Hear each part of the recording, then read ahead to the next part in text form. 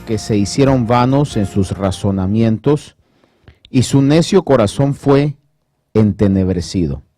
Profesando ser sabios, se volvieron necios, y cambiaron la gloria del Dios incorruptible por una imagen en forma de hombre corruptible, de aves, de cuadrúpedos y de reptiles. El apóstol Pablo está hablando en el inicio de este segmento de su carta sobre un concepto que no está muy de moda hablarlo, pero sin embargo es fundamental para entender el evangelio, la doctrina cristiana, y entender en cierto sentido el carácter de Dios, en lo que podamos conocer cómo Dios actúa. Y es el concepto de la ira de Dios. Viernes pasado le hablaba yo que en el Antiguo Testamento hay muchísimos versículos que hablan acerca de la ira de Dios. De hecho, muchos de ellos son salmos, y los salmos son como el himnario de la Biblia. Sin embargo, muy poco usted y yo oímos hoy día que se haga un canto, un himno, alabando la ira de Dios. Se alaba el amor de Dios, la compasión de Dios, la misericordia de Dios, el poder de Dios. Sin embargo, si vamos a lo que la Biblia es, la ira de Dios es tan importante tenerla fresca en nuestro concepto, porque es así. Dios así ha actuado en lo que tenemos de historia bíblica. Tanto es así que yo quiero que vaya conmigo al verso más famoso de la Biblia. Creo que el viernes pasado estábamos todos de acuerdo que era Juan 3:16. Busque conmigo, por favor, Juan 3:16, sin perder Romanos 1.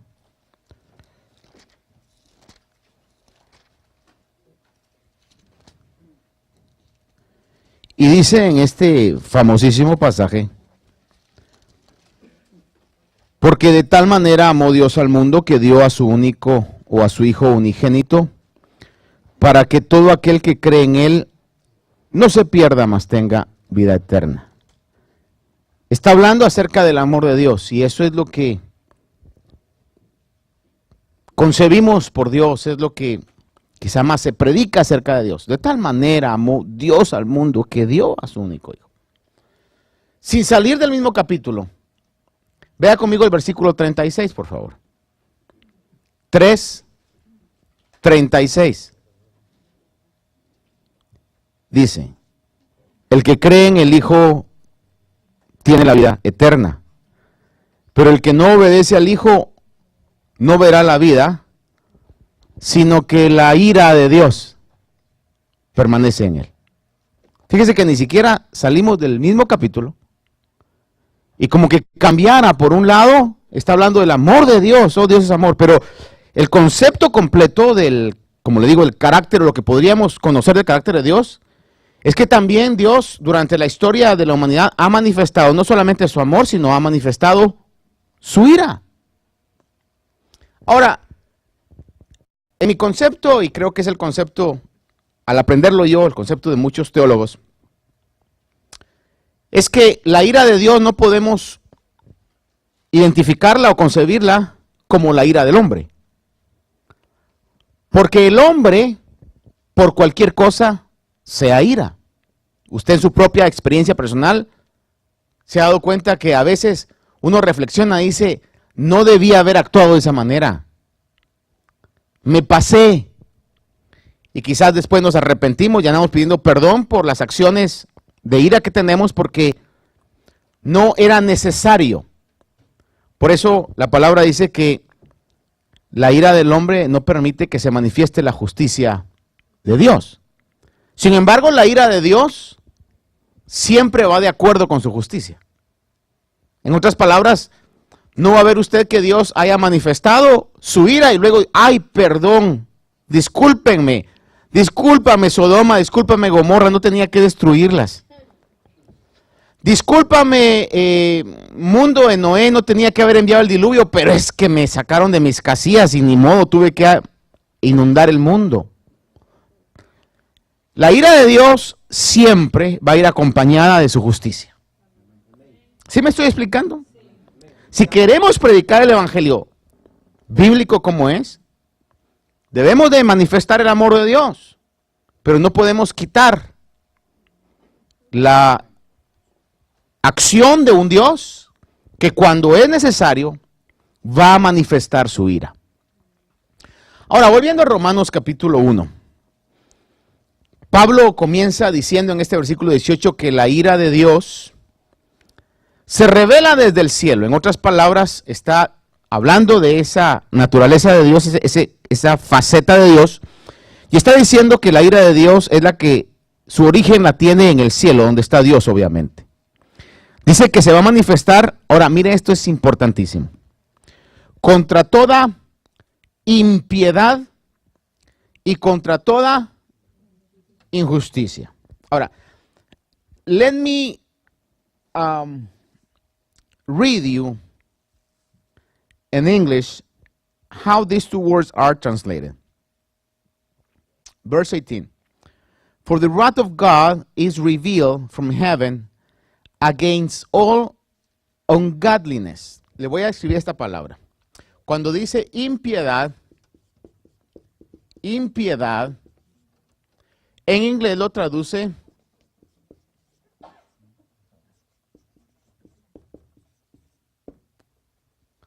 ungodliness. Y luego dice en inglés unrighteousness, impiedad, y dice que hay también injusticia, que es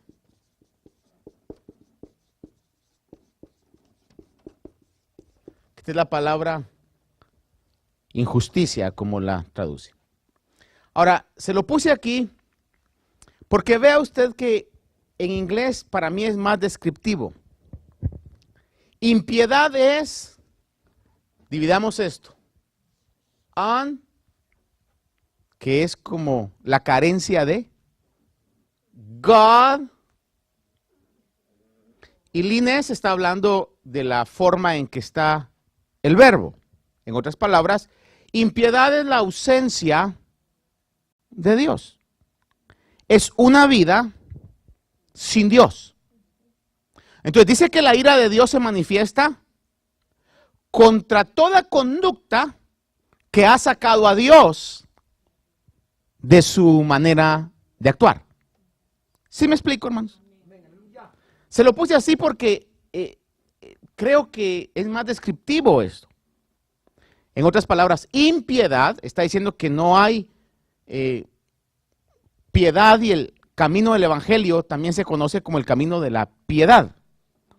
Pero en inglés, por alguna manera, y como estamos aquí, se hace un poco más descriptivo. En otras palabras, cuando hay un caminar sin Dios, es que se está viviendo una vida de impiedad.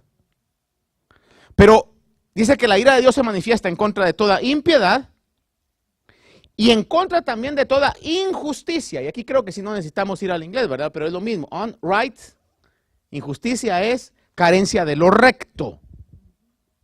Carencia de todas las acciones rectas. Ahora, lo que quiero que usted y yo podamos tener muy claro, porque es importantísimo, es que la vida de impiedad, voy a poner aquí un número 1, la impiedad lleva automáticamente a la injusticia. Cuando hay una ausencia de los valores de Dios en la vida del ser humano o de la sociedad, terminamos teniendo acciones de injusticia. ¿Sí me explico? Entonces, por esta manera de conducirse, por esta manera de conducta, dice que viene la ira de Dios. En otras palabras, la ira de Dios no viene porque Él se levantó de malas un día, sino que al ver Él la impiedad, al ver Él la ausencia de la reverencia a Él Y al ver cómo esto ha llevado a las personas o a las sociedades a una vida de injusticia, entonces Él manifiesta su ira. Dice el verso 18, entonces, que la ira de Dios se revela desde el cielo contra toda impiedad e injusticia de los hombres.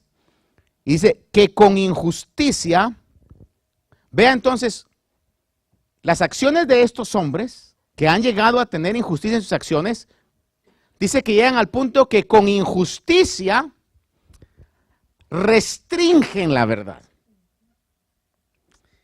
Ese concepto de restringir es muy importante. La ira de Dios se ha manifestado, como le decía yo, en el Antiguo Testamento lo vemos claramente. Por hacerle un pequeño resumen, vemos el diluvio, vemos la destrucción de Sodoma y Gomorra. Aún en el Nuevo Testamento el Señor habla sobre ciudades llamadas Corazín y Betsaida que recibieron un castigo del cielo. En el pueblo de Israel, cuando fue cautivo a Babilonia, fue el resultado de años y años y años donde Él enviaba a los profetas diciéndole que se arrepintieran, que se volvieran de su mal camino, pero ellos apedreaban a los profetas, los callaban, los desechaban. Y entonces llegó el momento en que la ira de Dios se manifestó y Babilonia invadió Israel y se llevó a cautivos a una gran cantidad y a los que quedaron en Judá los tuvieron bajo su dominio. La más clara revelación, creo que se lo decía el día viernes, la más clara manifestación de la ira de Dios estuvo en el Calvario, cuando la ira de Dios se manifestó en contra del Señor Jesús. Ahí castigó el pecado y castigó el pecado de todos aquellos que creen en Jesús. Por eso en Juan 3:36 leíamos ese pasaje que dice: el que cree en el Hijo tiene vida eterna. Es decir, el que cree en el sacrificio, el que cree que en el sacrificio o que por el sacrificio de Jesús yo he pagado el precio de mi pecado, el que cree en el Hijo tiene vida eterna. Pero el que no obedece al Hijo no verá la vida, sino que la ira de Dios permanece sobre él. Entonces, la palabra es clara. Si nosotros, como humanos, no creemos en el Hijo de Dios, porque ya Dios dio ese salvoconducto, ya Dios dio la salida. Si rechazamos eso, estamos entonces a la espera de la ira de Dios, en cualquiera de sus manifestaciones. Ahora, ¿cómo se ha manifestado la ira de Dios? La manifestación peor de la ira de Dios es la manifestación eterna que va a ser en el infierno.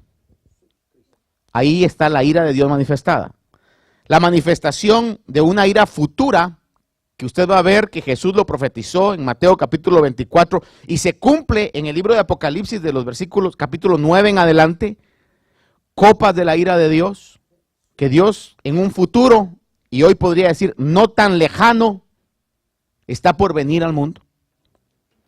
La manifestación también de la ira de Dios en los eventos cataclísmicos como la destrucción de la tierra por medio del diluvio o Sodoma y Gomorra y otros eventos que se han dado durante la historia.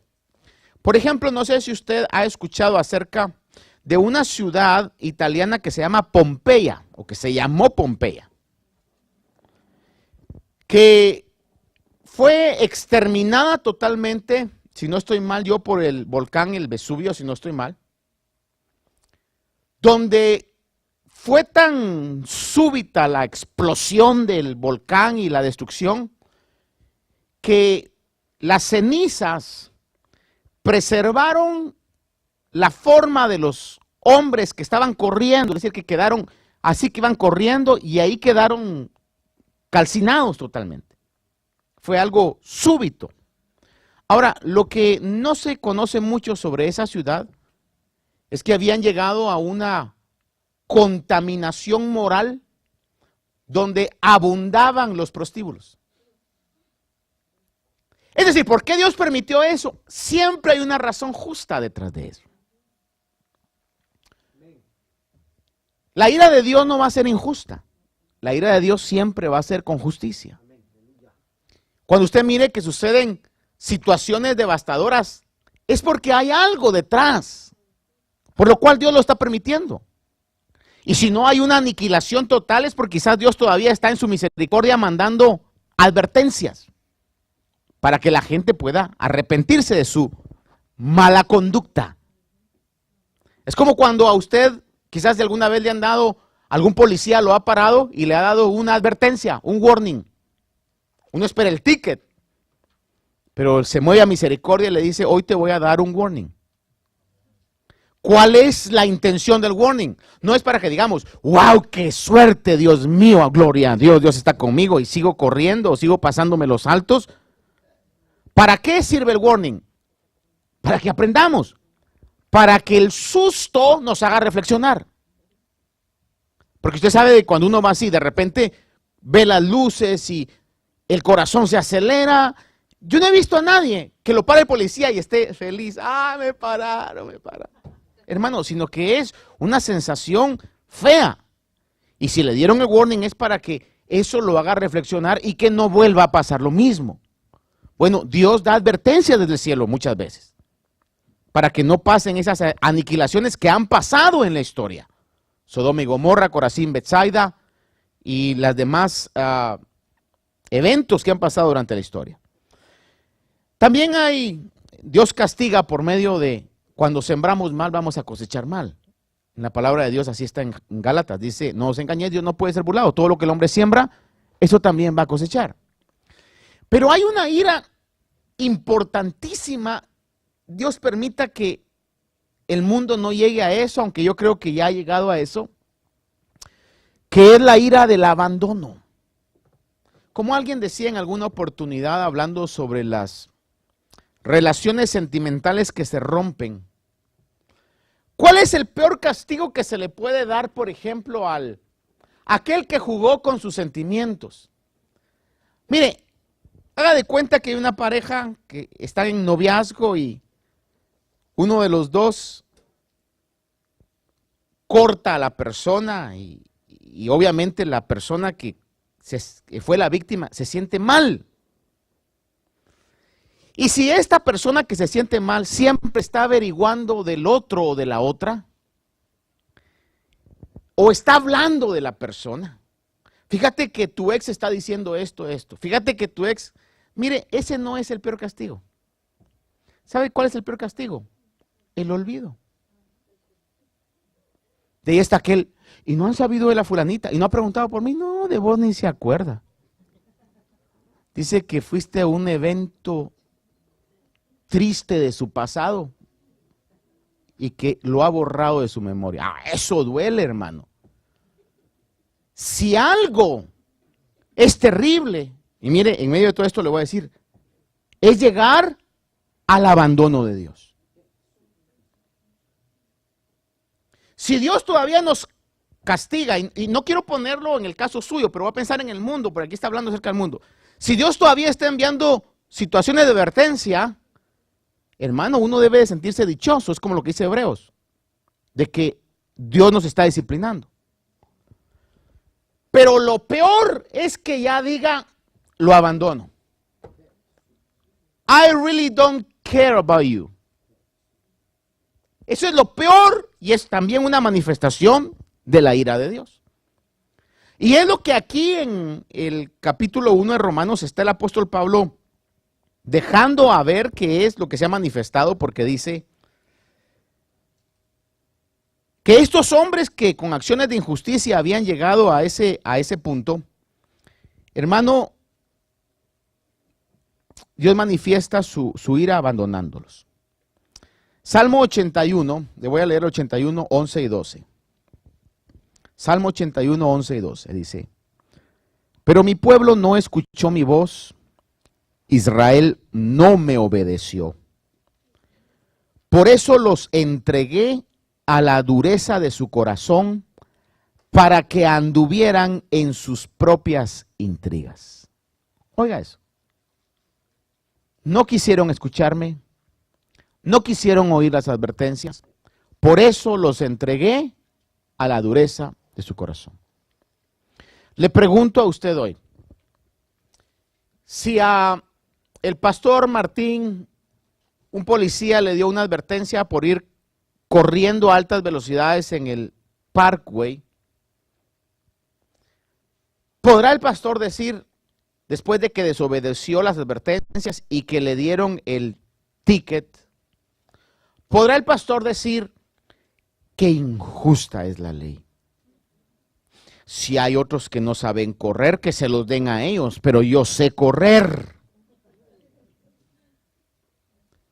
Haga de cuenta que yo vengo y me presento delante de un juez y le digo, mire, yo soy piloto profesional y yo no he tenido ningún accidente en mi vida. Yo sé cómo esquivar a 80, 90 los carros. Y haga de cuenta que el juez me dijera, ok, usted quiere actuar fuera de la ley, usted quiere hacer su propia ley, le voy a dar una placa donde diga que usted puede correr a la velocidad que quiera. Y un día de esos, yo tengo un accidente, me resbalo, voy a dar con un poste y por causa de ese accidente quedo sumamente lisiado físicamente. Quizá pierdo movilidad en mis piernas, quizá hasta pueda perder la movilidad en todo mi cuerpo. Le pregunto, ¿tenía razón el policía de advertirme y disciplinarme para que no corriera? Porque las consecuencias serán peores. Pero llegó un momento en que hasta el juez lo cansé con mi necedad y el juez dijo, policía, no te preocupes, déjalo que corra. Que cuando esté en una silla de ruedas, que cuando no se pueda mover, va a cosechar el fruto de su propia siembra. ¿Sí me explico, hermanos amados? Dice que el pueblo de Israel lo entregó para que anduvieran en sus propias intrigas. Proverbios 1, versículo 23 al 31, donde está hablando la sabiduría o personificado Dios en la sabiduría. Vea conmigo, le leo este versículo, Proverbios 1, del 23 al 31. Volveos a mi reprensión. He aquí derramaré mi espíritu sobre vosotros, os haré conocer mis palabras, porque he llamado y habéis rehusado oír. He extendido mi mano y nadie ha hecho caso. Habéis desatendido todo consejo mío y no habéis deseado mi reprensión. También yo me reiré de vuestra calamidad. Me burlaré cuando sobrevenga lo que teméis, cuando vengan sobre vosotros tribulación y angustia. Entonces me invocarán, pero no responderé. Ve esa frase y la leamos una vez más. Entonces me invocarán, una vez más, entonces me invocarán, pero no responderé. Un día esto me estaba acordando y yo le decía al Señor, Padre, nunca permitas, Dios mío, le decía, que pueda caer yo como lo que le sucedió a Esaú. Que después de haber vendido su primogenitura, despreciado lo espiritual, dice que después con lágrimas lo deseó, pero ya era demasiado tarde. Usted me dirá, pastor, yo no es ese concepto de Dios, no lo conozco.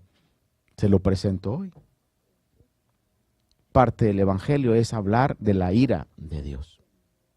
Me decía en algún momento, varias personas, decían, cuando a veces presentamos a un Dios que está comprometido con su amor hacia nosotros y que aún la disciplina de Dios es amor, me decían estas personas en diferente lugar, a veces uno necesita que le recuerden que si uno se porta mal, Dios lo va a castigar. Y fíjese que tienen mucha razón. Es fundamental en el evangelio.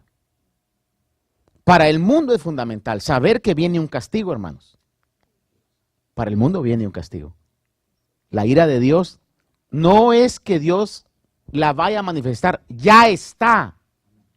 Desde el momento en que la gente rehúsa aceptar y reconocer a Jesús como su Salvador, dice la palabra que la ira de Dios ya permanece sobre ellos. Entonces, vea usted qué tremendo esto. Dice, entonces me invocarán, pero no responderé, me buscarán con diligencia, pero no me hallarán, porque odiaron el conocimiento y no escogieron el temor del Señor. Y le recuerdo que el temor del Señor es la reverencia a Dios. En otras palabras, el temor de Dios se refiere a este aspecto. El temor de Dios se refiere a una vida de godliness, una vida piadosa, una vida donde uno tenga en su conducta clara en su mente que sus acciones deben ir de acuerdo con lo que Dios pide, con lo que a Dios le agrada. Entonces, dice, odiaron el conocimiento, no escogieron esto, no escogieron el temor del Señor, ni quisieron aceptar mi consejo, y despreciaron toda mi reprensión. Comerán del fruto de su conducta, y de sus propias artimañas se hartarán. El libro de Judas, en el capítulo único que tiene, porque solamente tiene un capítulo, habla acerca de la impiedad en el versículo 14 y 15 del capítulo 1 de Judas.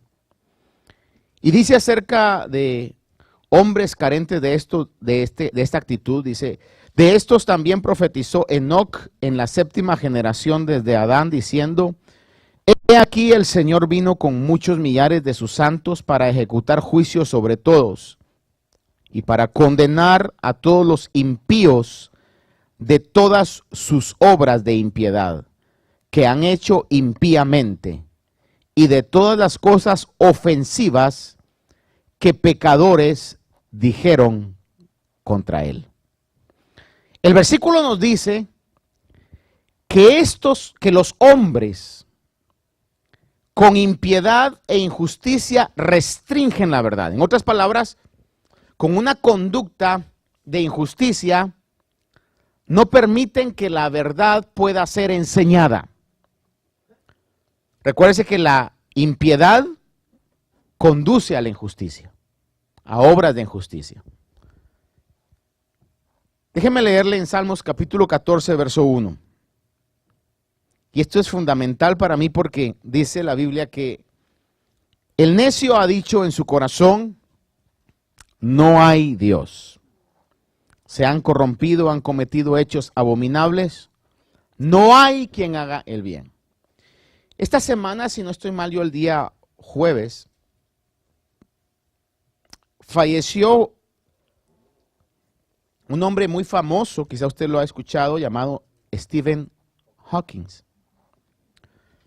Quizás en la mente moderna, en la época moderna, la mente al mismo nivel quizás de Einstein,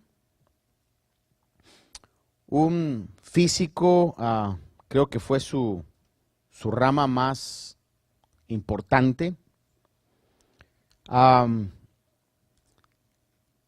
Descubrimientos, por ejemplo, uno muy sencillo que él dijo en un famoso libro que escribió, que revolucionó la manera en que uno mira las estrellas.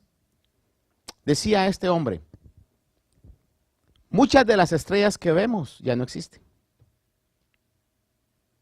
Y uno se pregunta, ¿cómo si ahí está? No, lo que usted está viendo es la luz que un día tuvo, pero como dejaron de existir y está tan lejana, y aún en la velocidad de la luz que unos años atrás tuvo, todavía nos sigue llegando, y todos los científicos se quedaron, wow, es cierto, ¿verdad? Es decir, era una mente desarrollada en diferentes aspectos de toda la ciencia a la cual él se dedicaba. Sin embargo, abiertamente ateo. Ateo. Al grado que en las mismas redes sociales han estado muchos aprovechando esto para poder decir, ¿verdad?, de que dónde está ahora y qué estará experimentando, ¿verdad?, sobre lo que negó. Quizá le va a sonar esto a usted. No, usted va a estar de acuerdo conmigo porque usted es creyente, pues, ¿verdad? Pero como leíamos en versículos anteriores, dice que a Dios le ha placido salvar al mundo por medio de la locura de la predicación. Al que se pierde, el evangelio le es necedad. Que usted pueda hoy en el mundo y la sociedad donde vivimos, decir que cree en Dios y que cree que Dios es el creador de todo lo que existe, va a causar a que se rían de usted. Muchos, no pocos, muchos. La mentira más grande que la sociedad ha hecho y ha restringido es el concepto de que Dios es el creador. Bajo la enseñanza de la evolución, la gente hoy dice, no, es que todo ha evolucionado de algo, de una forma de vida muy simple, se ha evolucionado a lo que hoy somos. Hermanos, la Biblia dice que hay un creador y que fue Dios el que creó todas las cosas. Y ese concepto dice que el necio en su corazón dice, no hay Dios. Si no hay Dios, por consiguiente, no hay creador. Surgimos de la evolución natural de la forma más sencilla a algo tan complejo como lo es el ser humano. Juan 3, 19 al 20 dice, y este es el juicio, que la luz vino al mundo y los hombres amaron más las tinieblas que la luz, pues sus acciones eran malas, porque todo el que hace lo malo odia la luz y no viene a la luz para que sus acciones sean expuestas. Ahora, ¿por qué es que el necio dice en su corazón no hay Dios? Escúcheme en esto. Porque si no hay Dios, entonces ¿a quién le voy a dar cuentas? Le digo una vez más. Si no hay Dios, si a mí no me creó Dios, entonces, ¿para qué me estoy portando bien? ¿Para qué estoy preparándome para la eternidad si no hay Dios? Entonces, hagamos como bien nos plazca, porque solamente hay una vida y al fin de cuentas, esta vida hay que gozarla. Y si se siente bien, no ha de ser malo. Es decir, que si yo niego el concepto de Dios, ese temor de que existe una ira de Dios no me va a frenar en mis acciones.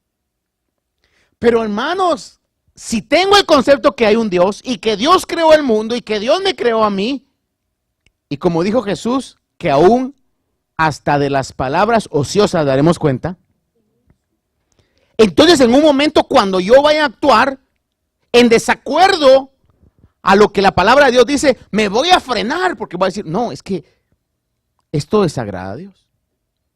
Esto va a tener consecuencias. Y estas obras de impiedad desagradan a Dios. Pero si yo quito a Dios de la historia, entonces, ¿miedo a qué tengo? Decía Stephen Hawking, la mente del hombre o el hombre es como una computadora, cuando ya deja de funcionar se acabó y dejó de existir.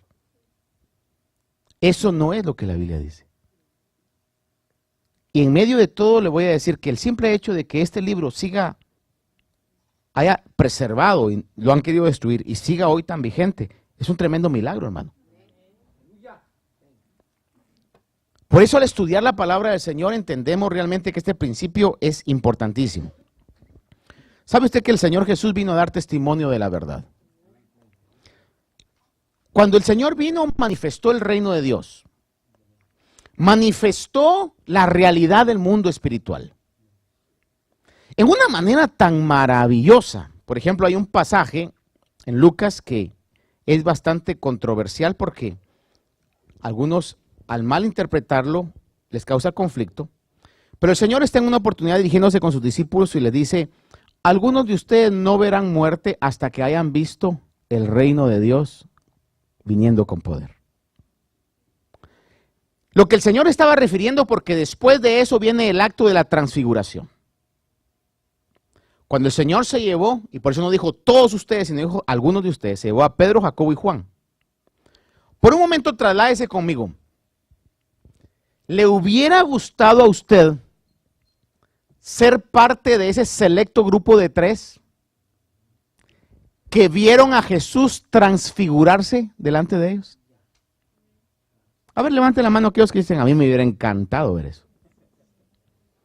Imagínense, y no era que lo estuviera viendo en una película o lo estuviera viendo en un show de mala magia, ¿verdad? O de falsa magia. Sino que realmente eso estaba pasando, al grado de que Pedro, hermano, quedó tan impactado con eso que dijo, no, yo me quiero quedar en esta dimensión, yo me quiero quedar aquí.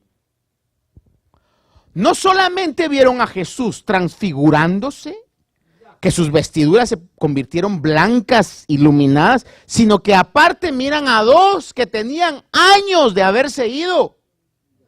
Uno que había muerto y otro que había sido arrebatado, a Moisés y a Elías, que se presentan y están conversando con el Señor. Dígame si eso no es ver el reino de Dios con poder. Jesús vino y cuando hizo los milagros maravillosos que hizo, ¿o no sería ver el reino de Dios con poder que le hable al viento y a la mar y enseguida se calmen? No crea que oró el Señor y de repente a las 2 horas se fue la tormenta. ¡Ay, gloria a Dios! ¿Ya vieron el milagro? No, eso fue enseguida.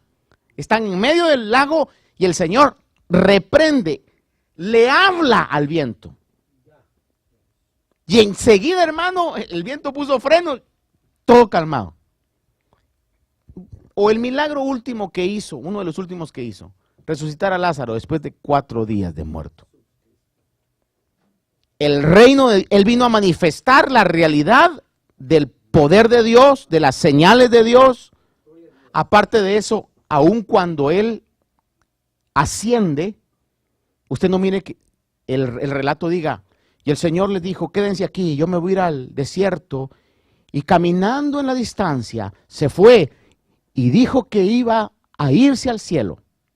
No dice así el verso, dice que delante de ellos se elevó en las nubes. Y los ángeles vienen y dicen, así como lo veis que se va, así va a regresar. Entonces, la realidad del mundo espiritual es una verdad. Ahora, hoy más que nunca vamos a ser atacados por eso. Usted va a verse en algún momento, en algunas ocasiones donde va a tener que dar fe de lo que cree y lo van a tachar como fanático. ¿Sabe qué? A mí me han dicho de que personas, familiares de algunas personas que atienden a la iglesia, le dicen, es que a vos lo que pasa es que ese pastor te lava la cabeza. Molestos, te lava la cabeza. Te lava el coco. Hermano, ¿ya? Así con esas palabras, es que te manipula. Hermano, pregunto públicamente, ¿a alguien le he dicho yo lo que tiene que hacer? Ahora, si usted se identifica con la locura del evangelio, ese es problema de Dios con usted. Y es más, no problema, bendición de Dios para su vida y para mi vida. Pero hoy más que nunca, querida iglesia, tenemos que abrazar el mensaje del evangelio, amar con todo nuestro corazón la doctrina cristiana, porque vamos a entrar en aspectos donde vamos a sufrir quizás alguna persecución psicológica, espero no física, pero aún si llegara así, pues se definirá dónde está nuestra fe. Pero en este caso, mire, el Señor vino a dar testimonio de la verdad y yo creo, hoy más que nunca, creo que la Biblia es más que un libro, es la palabra de Dios escrita que nos ha dejado para que podamos caminar en justicia, en piedad. Es el manual que nos guía para que la ira de Dios no venga y no seamos parte de una sociedad que va a recibir la ira de Dios. Y en la peor manifestación de la ira de Dios, que es la ira del abandono. Donde Dios dice, los dejo a que se corrompan en el propio deseo de su corazón.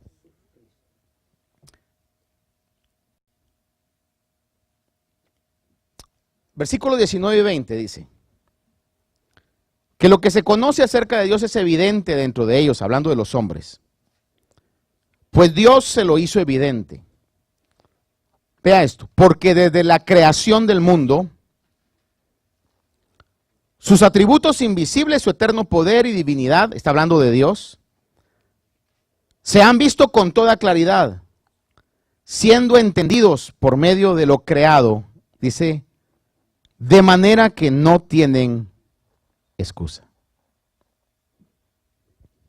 No quiero llegar a esto porque es tan amplio que no quiero ir rápido en esto. Pero vea, si negamos que Dios es el creador, que es una enseñanza que se da desde la high school y quizás ahora aún hasta grados menores, hasta las universidades, estamos negando la base de lo que genera en los hombres el temor a Dios y la reverencia a Dios. Porque si realmente no hay Dios, si el hombre puede concebir que no hay Dios, entonces, ¿a quién le vamos a dar cuenta? Y más adelante en las siguientes oportunidades vamos a ver que en la ausencia de Dios, y usted que vive ya lo que yo vivo también en esta época, podrá saber que esto es una realidad que estamos viviendo. En la ausencia de Dios, siempre se han manifestado altos niveles de degeneración sexual. En la ausencia de Dios, siempre se han manifestado altos niveles de perversión sexual. Y voy a decir algo porque lo debo decir. No se dice hoy día porque nos podemos poner en problemas legales. Pero cuando se habla acerca de homosexualismo, de lesbianismo, lo decimos con tanto cuidado que no lo llamamos con lo que realmente es.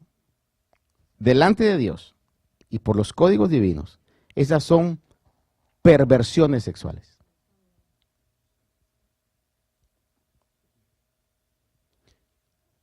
Por eso le digo, yo creo que ya estamos viviendo en las sociedades que vivimos abandono de Dios.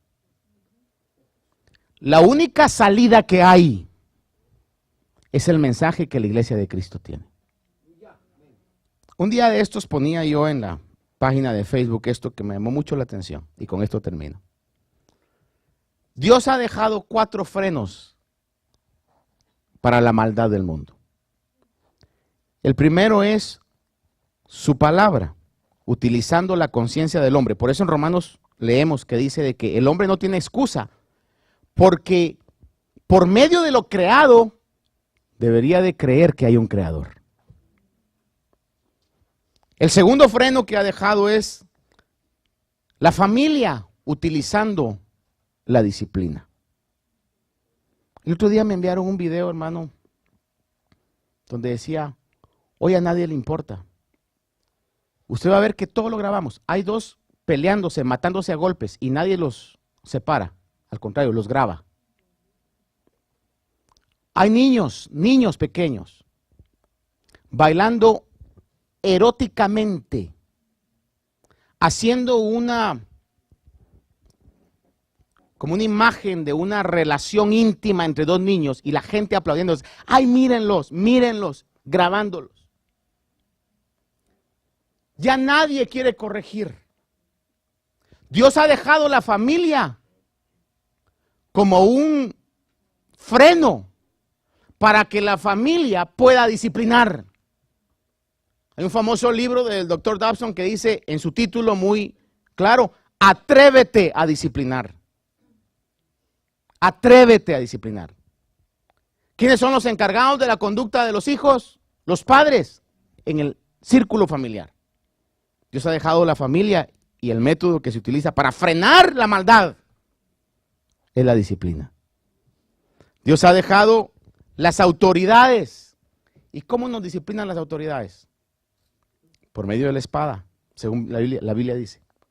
Por medio de multas, por medio de todo ese tipo de correcciones. Y Dios ha dejado a la iglesia. ¿Y sabe cuál es el método que la iglesia debe utilizar? La predicación del evangelio. Y si queremos predicar un evangelio completo y real, tenemos que hablar del amor de Dios. Recuerde hoy 2 versículos. Uno usted ya lo sabe, o debería de saberlo. Juan 3:16. Pero hoy quiero que salga sabiendo que hay también un versículo 36. Que dice que el que no recibe al Señor, la ira de Dios permanece sobre él. Y ese mensaje es el que nos han dado a nosotros como iglesia para en un momento frenar la maldad del mundo que nos rodea. Amén. Padre bueno, yo te bendigo esta noche y te doy gracias, Señor, porque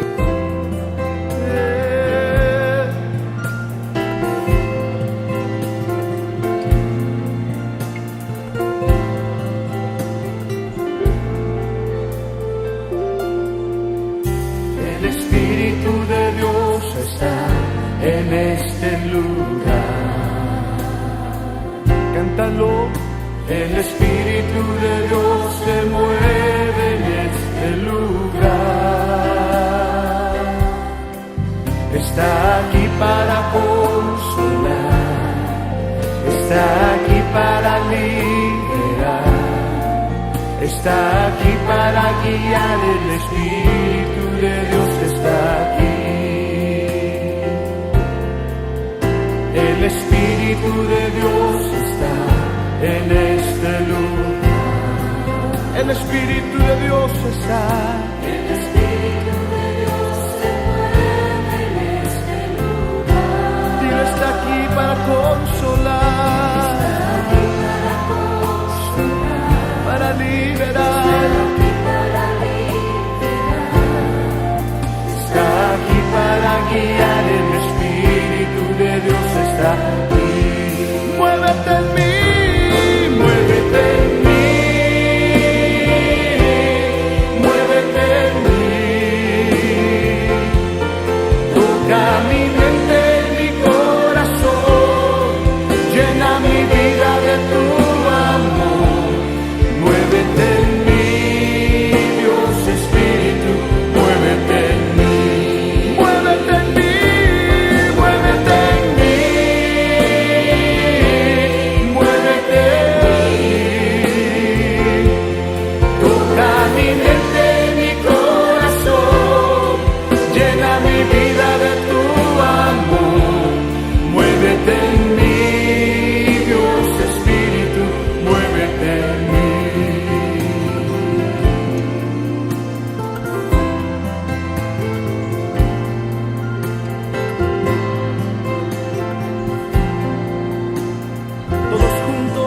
El Espíritu de Dios, el Espíritu de Dios está en este lugar.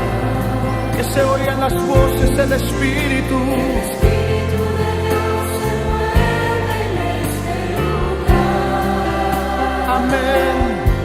Está aquí para consolar, está aquí para liberar, está aquí para guiar. El Espíritu de Dios está aquí. El Espíritu de Dios está en este lugar. El Espíritu